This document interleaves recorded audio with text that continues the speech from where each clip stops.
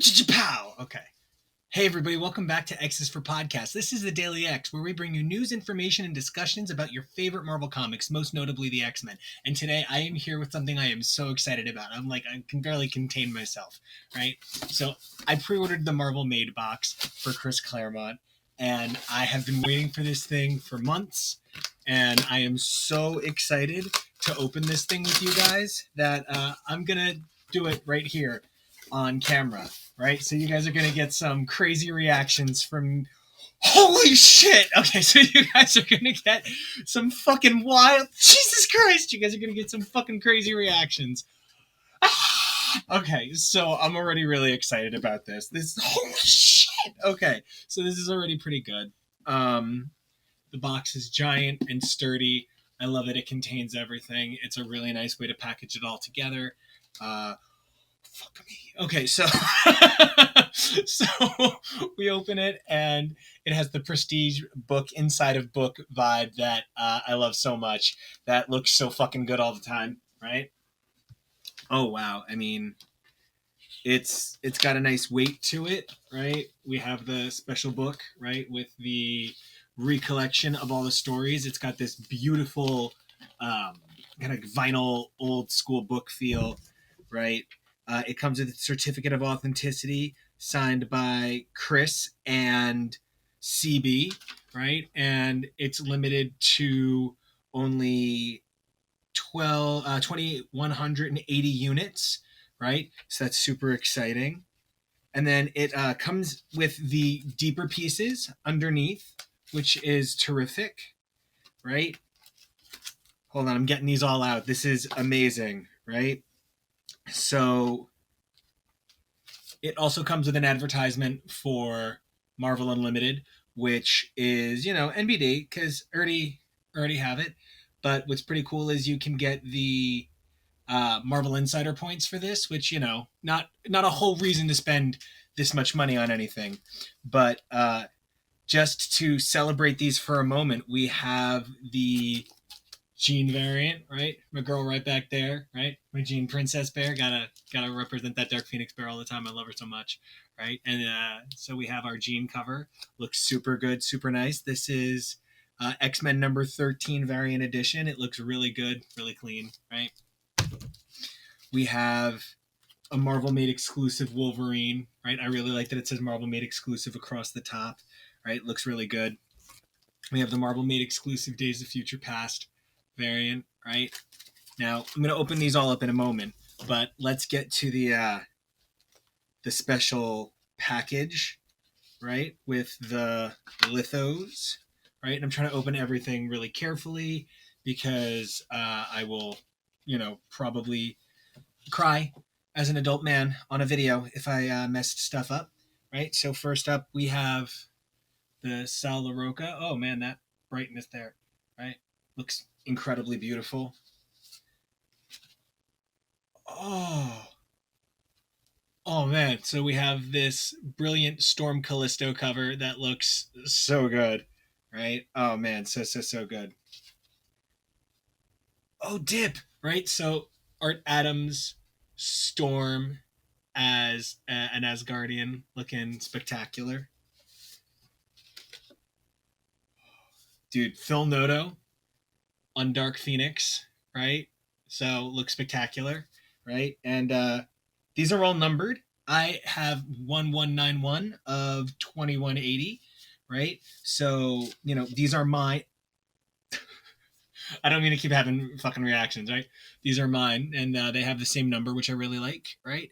So then this is Wolverine and a Bear by Joey Q, right? I always love when we get Joey Q doing like big hairy bear dudes, and then this is actually just Joey Q doing a big hairy bear.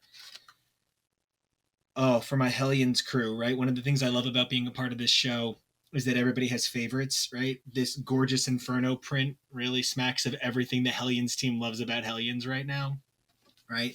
So these are the beautiful lithos, right? And they are all really amazing because they have the page bleed information, right? Like if you've ever picked up, you can see the New Mutants edition on the shelf behind me, but if you've ever picked up one of the IDW artist editions like at board size, like the Daredevil Born Again, you know, that they frequently have the page bleed information on them, right?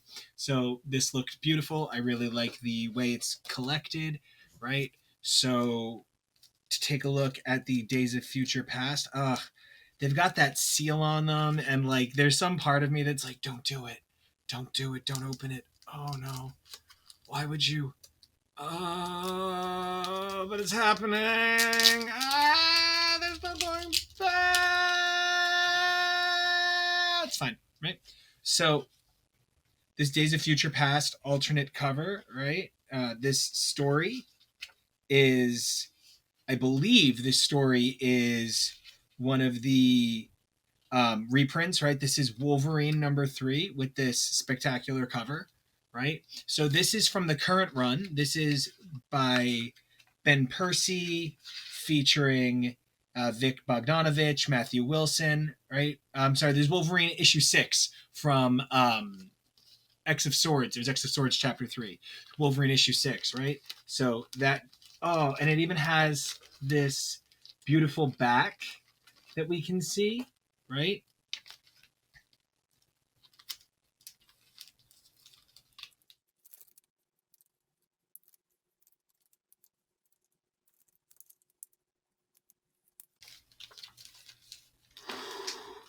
You can see it's still clean. That was the scariest 30 seconds. Oh, you can even see it's got a really lovely back. Someone get me an adult, right? Okay, I'm going to put this one away before I can do any damage to it. Can't believe I got that off without any damage to the cover. Okay, that was spectacular. I'm now going to do this a little bit more segmented so that I don't destroy anything. Let's go with the X-Men one first. Let's just... Whew. So one of the things that really drew me to this collection actually wasn't the variant covers. So as much as I'm having a really good time opening these variant covers, for me the book was really the get, right? But to take a look, this is going to be X-Men #13 from 10 of Swords. It's this lovely Jean variant, which has this great Marvel-made X-Men back logo, right? It's the, again, from the X of Swords crossover. So I feel like in some ways these issues were included in the set just because of like timing on the release. I don't think these really carry that much emotional caveat to Chris Claremont or his era. So it's cool getting more art from cool guys that work with Chris, right? So this issue in my hands right now, though, is probably a little bit more the issue I came for, right? This is, that bag is coming off real hard, real fast, right? So now this doesn't have the beautiful back plate that the other variants do. Instead, we have Wolverine story surprise, and it is really kind of amazing to be finally holding this new story after I feel like I waited like forever for it to come out. And I'm really excited about it because I've been feeling like, the Wolverine original story by Chris Claremont and Frank Miller, gets a lot of credit, but it maybe doesn't get as much credit as I would love to see it get. I'm going through the Indica, and I'm looking at the frontispiece. It's said to be May 2021 as the issue date. It's, got this amazing version of that classic Wolverine font on the inside page, and then the art is just incredible. The art is so clean and so beautiful. Tom Rainey really did a beautiful job with these. And, there's actually a lot of the April and May advertisements inside, right? We can see a little bit more of the beautiful art, right? So I feel like this issue was made with spectacular love. As I'm flipping through it, there's Kate, there's Lockheed, we've got Rogue and Colossus. This is a really lovely piece. Oh, we've got some Storm and the Shadow King, a little bit more than halfway through. So this is really beautiful, and I'm definitely looking forward to reading this and putting it up on the shelf with my Claremont Omnibus editions. I'm going to take the goddamn time to put this away carefully. I don't know if you saw the tremble there, right? So we're going to take a look then now at, the pièce de résistance, like the whole reason that we even went crazy and went ahead and bought this thing, right? We're going to open it for the book in just 1 second when I stop ruining everything with adhesive, right? This is the most difficulty I've had with adhesive as an adult ever, right? So, oh man, I'm just so happy. Okay, so now let's do it. I'm trying to figure out like the best way to open it without like, I don't want to risk anything. I don't want like damage of any kind. I didn't think out the opening this at all, and now I'm like nervous. So I'm gonna figure this one out, and I'm gonna get this open, and we're gonna take a look at this book. So, yes, sweet Robbie Reyes Lego piece did all the work for me. Okay, so already I can tell you that the book has such a thick quality, a really beautiful feel to the plastic shell, right? The plastic shell is really lovely. The heaviness of the vinyl texture on the book is really nice. The gold is staying in place. As like I'm touching it, I'm not like, oh God, right? The cover is really lovely. It's kind of got that classic storybook feel, right? Now the inside paper is the same black and gold from the outer collection. I'm sitting here in my Wolverine hat with my Wolverine shelf behind me, with my Wolverine stuffed bear behind me, and I sure as hell got Chris Claremont's "I'm the best there is at what I do," right? Which is amazing. It's so amazing because it was one of several famous X-Men quotes you could get, right? So there was no guarantee which one you would get. I have the 1191 of 2180, like I said up front. Now, I will admit the binding is a little heavy on that page. So I have to assume it had something to do with the handwriting on it, which, no, not a problem. I am certainly not upset. The collection inside, as advertised, is X-Men 94, 129 to 137, 141 and 142, Wolverine 1 to 4, Uncanny 268, X-Men number 1, and then Uncanny 140.5. And I guess I know where I'm going. Well, hold on. First of all, this is the lovely table of contents page where we get, a really strong creatives gallery, right? We have a beautiful intro from Wheezy on the next page, which is a nice full 2 pages, right? Her forward seems to really be, well thought. I'm really excited to read this. And there's a little credits for her at the bottom. We, of course, then have the classic issues. Now, the covers are presented with a border bleed, which I think kind of adds a little bit of the prestige to it. Having the Wolverine edition in here, 1 through 4, makes it really nice to go over and read the other edition. But, of course, I am being a lunatic, and I am flipping to the prelude to Days of Futures Past. Oh, man. And it's so cool because it looks like a page right out of Extreme X-Men.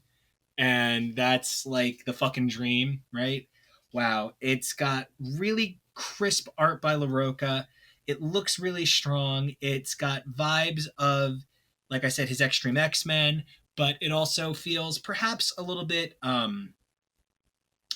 brighter colored. There are some very classic Claremont things in here. I'm not going to spoil too much for anybody, but there's definitely a lot of really beautiful pages that feel like later Chris career.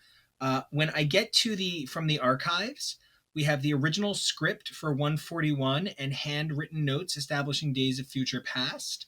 We have a little bit of writing from Chris, a little conversation with Jess Harold in the back, talking about the issues that were collected.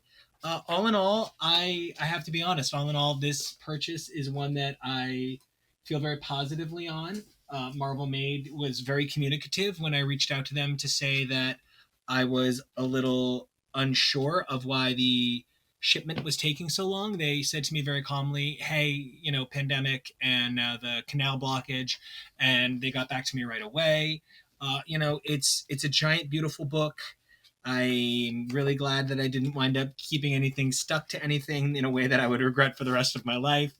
So thanks, guys, for choosing an adhesive that works with your fans. And ultimately, yeah, as a purchase product, I feel like this has a lot of things that I was looking for. I like that it actually maybe fits a little nicer without the loose issues in it.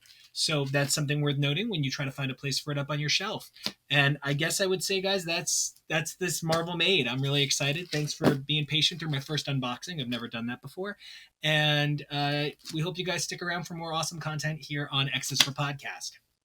Hey guys, if you like that cut from X's4 Podcast, you'll be sure to like some of our other materials. So don't forget to like, subscribe, and check out these other amazing videos here at X's4 Podcast.